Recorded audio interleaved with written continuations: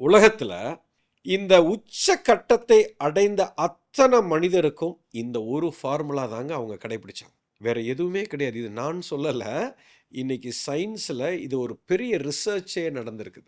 இந்த ஒரு குவாலிட்டி ஒரு மனுஷனுக்கு உங்களுக்குள்ள இருந்தால், நான் சொல்றேன், நீங்க இப்பவே சக்சஸ். 2 விஷயம் உங்களுக்கு இருக்கணும். ஒண்ணு இலக்கு இருக்கணும். ஒரு பர்ப்பஸ் இருக்கணும். உங்க வாழ்க்கையில நான் வாழ்ற ஒவ்வொரு கணமும் அர்த்தமுள்ளதாக இருக்கணும். இப்போ உதாரணத்துக்கு, இப்ப நான் வந்து இப்போ இந்த ஆன்மீக பாதையில நுழைஞ்சிருக்கேன். இந்த ஆத்ம ஞானம் தான் எனக்குள்ள கடவுள் எனக்கு கொடுத்த வரம்.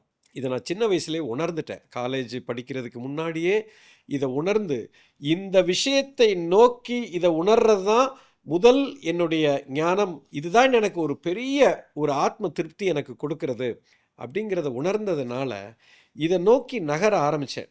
இப்போ எனக்கு அது ரொம்ப பிடிச்ச விஷயம். என் பிளட்லேயே இருக்குது, என் என் ஆத்மாவில் அடங்கி இருக்குது. பூர்வ ஜென்மத்திலேருந்து இது தொடர்ந்து வந்துகிட்டு இருக்குது.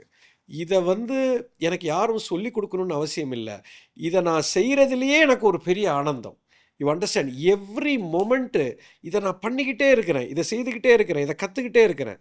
இந்த பாதையில் போகும்போது இதை நான் கற்றுக்கிறது மட்டும் இல்லை, கற்றுக்கிட்ட விஷயத்தை மக்கள்கிட்ட பகிர்ந்துக்கிறது மட்டும்தான் என்னுடைய வெறித்தனமான கோல். இதுதான் என்னுடைய டெஸ்டினி.